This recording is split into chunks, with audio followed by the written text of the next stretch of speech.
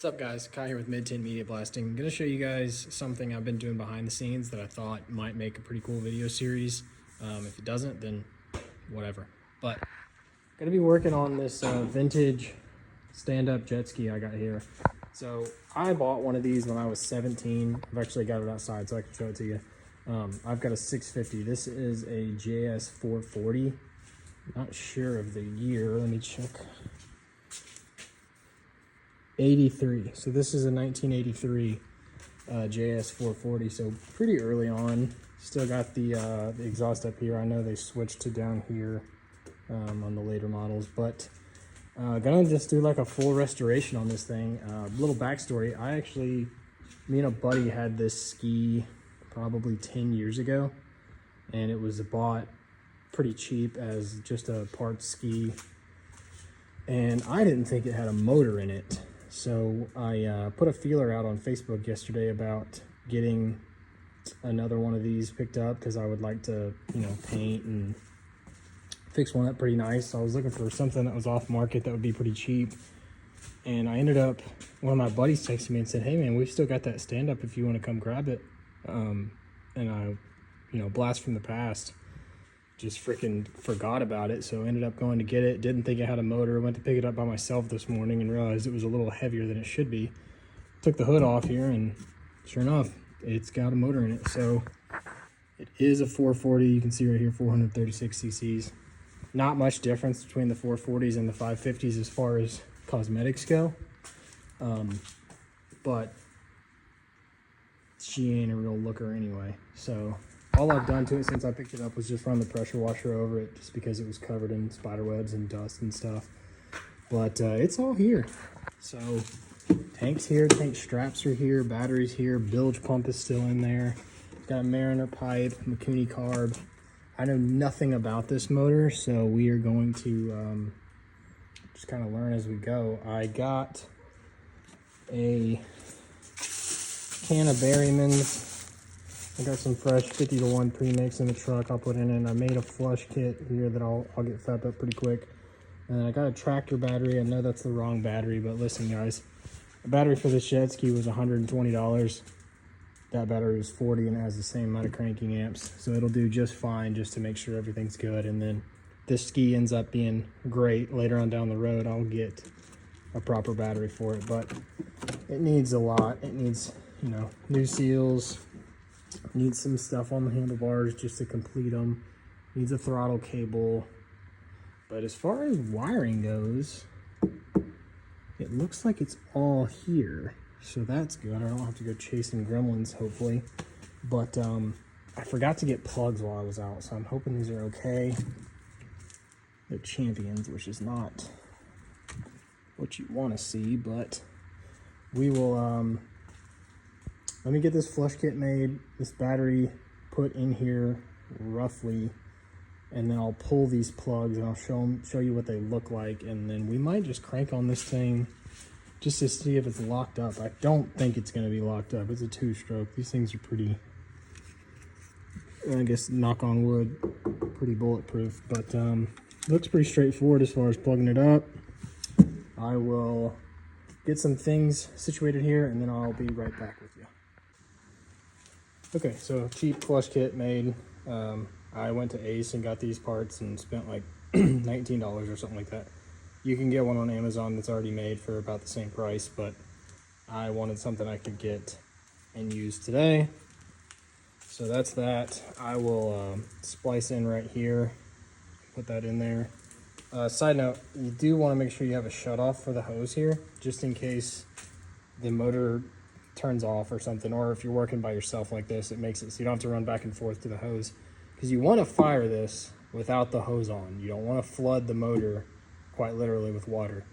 So get it running, and then crack that hose open halfway or something, because you also don't want it going full blast. So just enough that the pisser is shooting out water and there's water in the exhaust. You just want enough water to keep it from overheating. You don't want to freaking drown it. Also, focus. Pulled the plugs and they're wet, so this thing has ran and should run. So that's good news. I know I need a B7 ES, I believe, NGK plug, and this is a B902. I don't know if that cross references or what, but we will put this back in here and see if it runs all that. And I think I have some 7s here somewhere. If not, I'll go get some. But carburetor doesn't have a throttle cable, like I said, but it does, it's not stuck. Choke works. So I will get this battery situated in here, get the flush kit put on. I don't know if there's any gas in this thing or not. It looks pretty dry. So it should be safe to just dump some fresh fuel in there. Maybe we'll pull that separator off, check it, and we'll see what's up. I think that's all for this little update. So, all right, let me get this stuff put in here and then I'll give you guys another look. Okay, flush kit's in, battery's crudely placed in there. I did test the bilge, it works. No BS, I have not pushed either of these buttons. I don't know honestly which one's which. So this is the first time I'm pushing this. Spark plugs are off so that we don't accidentally fire it. Let's see what happens. I tell you what, it is not locked up. So sounds good too. Let me put the plugs in, push it outside, put some gas in it, and we'll see if it fires.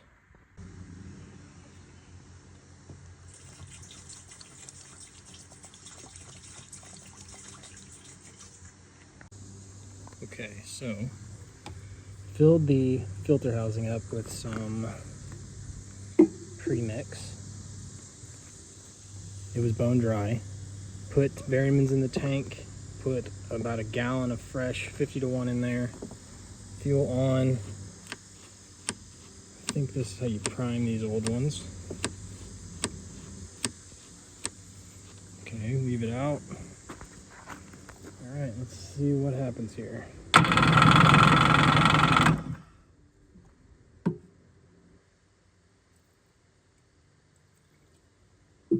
Probably ought to plug the spark plugs back up.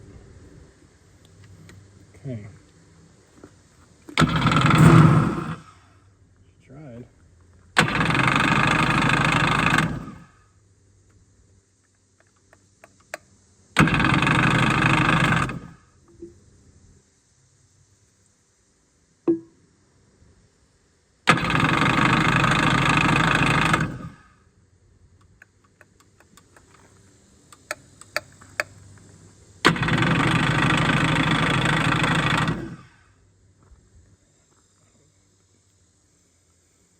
Not too sure about these plugs.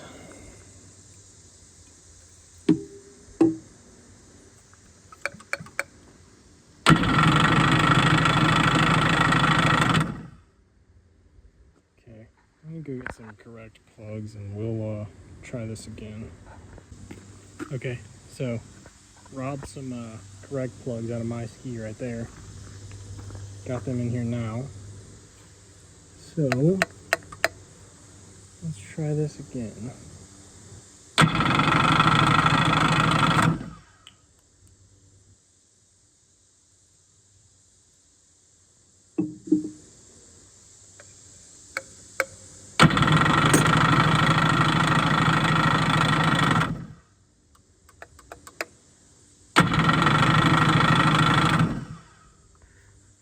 Tell you what, let's check for spark.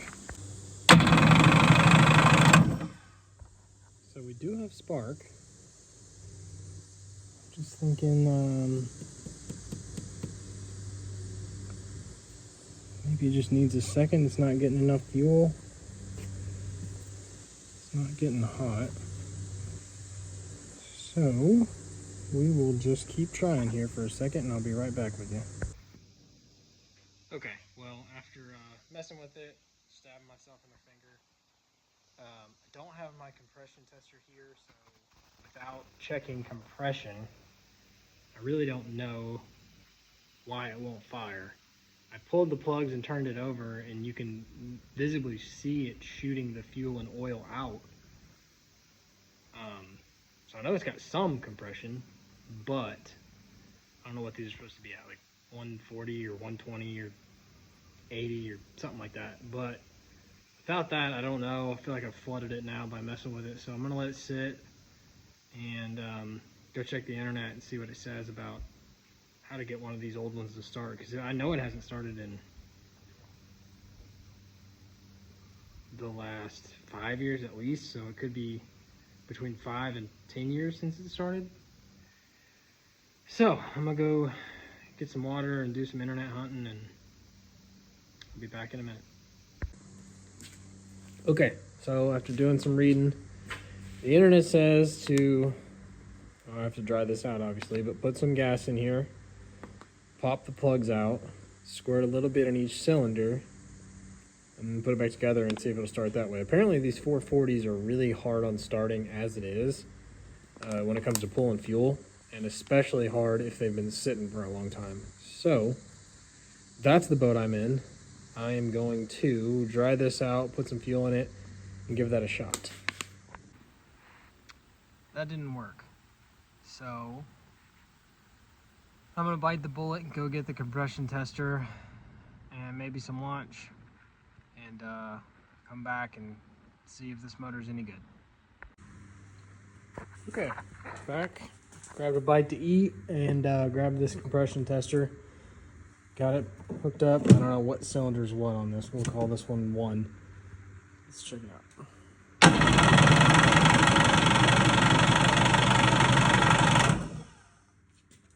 Okay, so that one is good. Call that whatever, 118-ish. So swap it to the other one here.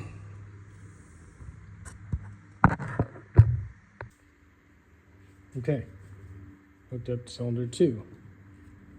Let's see what it does.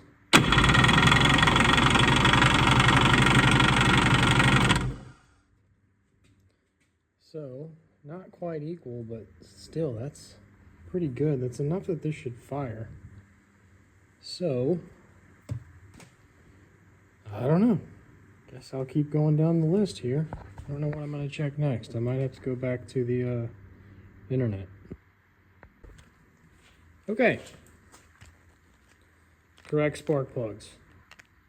Figured this is a pretty cheap way of eliminating the spark plug issue altogether, so I can move on to chasing other demons. I'm thinking if this spark plug, the correct spark plug, isn't the problem, that it has something to do with this electric box, or maybe the kill switch is getting interrupted somehow. Wires are kind of chewed up, so I'll go there next. So anyway, let me throw these in and see what happens. Okay, let's check this out.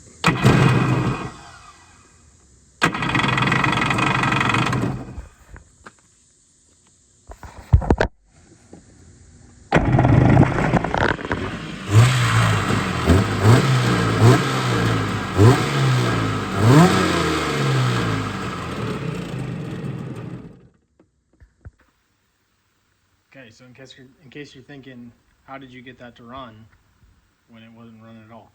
Went on one of the forums and it said that if you had good compression and you had spark and you had fuel, what you could do is take the carburetor and hold it at wide open throttle with the choke off. Don't use any starting fluid or anything. Just hold it at wide open and then mash your finger on the start button. And what it did was it cranked for like 10-15 seconds, and then it started sputtering, and so I gave it a break and let it cool off for a second, and did it again and again and again, and then eventually it fired right up. And then once it fires, you can kind of feather it with your finger on the carburetor and get it to run for a second. So I'm gonna let it cool off again, and then if I can get it running a little better, I'd like to hook it up to the hose and let it sit there and actually run for a minute. So if I get it to do that here in a bit, I will film it so you can hear it run a little better. Okay, so I did get it to run on the garden hose. It's a little tricky to do while holding it's tricky to do period, because you got to feather the throttle, you got to bottle feed it, and you have to watch the water because it wants to die, so you have to turn the water off a lot. But if I can get it to run any better, I will take a better video. But I've got a water leak over here and the pisser's not working, so I'm going to take a look at those real quick. Well, that's going to be it for this video. Couldn't really get it to run any better to get a video of it with the hose on, but that's okay. I'm going to consider it a win for today. I took the air hose and blew out the pisser, took it off the pipe and blew out the pisser with the air hose, and all kinds of stuff shot out of it. So I honestly don't know how long this thing's been sitting. I would say it's been longer than 10 years. I would say closer to 15, maybe even 20. I don't know. Everything on it is pretty retro looking. So I'm going to sit down here in the AC and look up some parts that I know I need. I need a throttle cable. I need probably a carburetor rebuild kit. So I'm going to start sourcing some of those and hope that the list doesn't get super long and super expensive. But I don't have a lot of money in the ski anyway. So, like I said, I'm going to consider it a win for today. I'm pretty hopeful I can get this ski running enough that I can have it on the water this season the way it looks now. And then maybe work out all the kinks. And then end of season, blow it all the way apart, take the motor out, clean out the hull, clean everything out real good, put a cool paint job on it with some cool graphics.